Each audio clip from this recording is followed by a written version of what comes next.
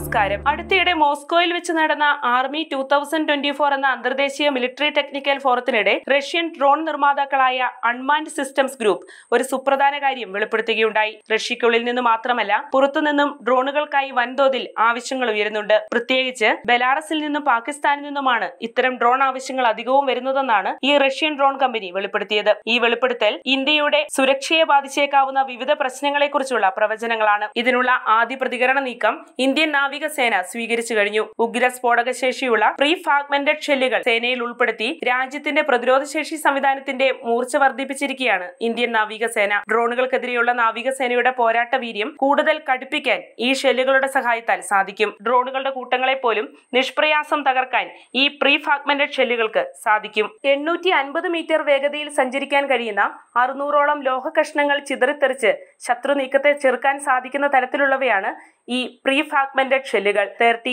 mm high explosive preformed fragmentation അഥവാ HEPF എന്നതാണ് ഈ ഷെല്ലിന്റെ പൂർണ്ണനാമം. പ്രതിരോധ ഗവേഷണ വികസന ഓർഗനൈസേഷൻ അഥവാ DRDOയുടെ പൂനെ ആസ്ഥാനമായുള്ള ലബോറട്ടറിയായ ARDE വികസിപ്പിച്ചെടുത്തതാണ് ഈ 30 mm HEPF ഷെല്ലുകൾ.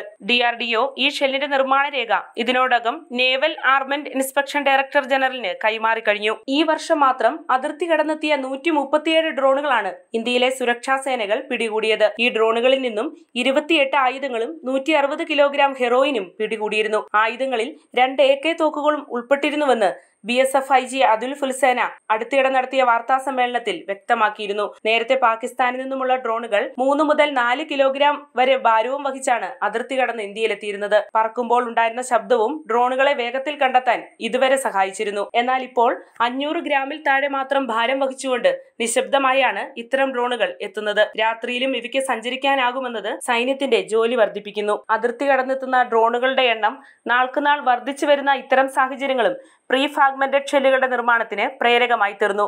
ജബൽപൂരിലെ നേവൽ ആർമമെന്റ് ഇൻസ്പെക്ടറേറ്റുമായി സഹകരിച്ചാണ് ഈ ഷെല്ലുകളുടെ ഗൺ ഫയറിംഗ് പ്രൂഫ് ടെസ്റ്റുകൾ നടത്തിയത്. AK-630 നാവിക തോക്കുകൾ ഘടിപ്പിച്ച കപ്പലുകളിൽ നിന്നുമാണ് ഈ ഷെല്ലുകൾ ശത്രുവിനെതിരെ തൊടുക്കുക. നിലവിൽ ഇന്ത്യൻ പ്രതിരോധ സംവിധാനങ്ങളുടെ ഭാഗമായ തൽവാർ ക്ലാസ്, നീലഗിരി ക്ലാസ് ഫ്രിഗേറ്റുകൾ, ദീപക് ക്ലാസ് ഫീറ്റ് ടാങ്കറുകൾ, സന്ധി ക്ലാസ് സർവേ വെസലുകൾ എന്നിവ AK-630 തോക്ക് സംവിധാനത്താലാണ് പ്രവർത്തിക്കുന്നത്. ഇതേ പ്രവർത്തന രീതി തന്നെയാണ് പ്രീ ഫ്രാഗ്മെന്റഡ് ഷെല്ലുകൾക്കും ഉള്ളത്. അതിർത്തി കടന്നെത്തുന്ന ഡ്രോണുകളുടെ ഭീഷണിയെ മറികടക്കാനുള്ള പ്രതിരോധ പ്രവർത്തനങ്ങളുടെ ആക്കം കൂട്ടാൻ ഈ പുതിയ പ്രീ ഫ്രാഗ്മെന്റഡ് ഷെല്ലുകളുടെ വരവ് സഹായകമാകും. ഇത് ഇന്ത്യയുടെ പ്രതിരോധ പ്രവർത്തനങ്ങളിൽ പുതിയൊരു അധ്യായത്തിനാണ് തുടക്കം കുറിച്ചിരിക്കുന്നത്. വാർത്തയുടെ നിറം തേടി തനിനിറം.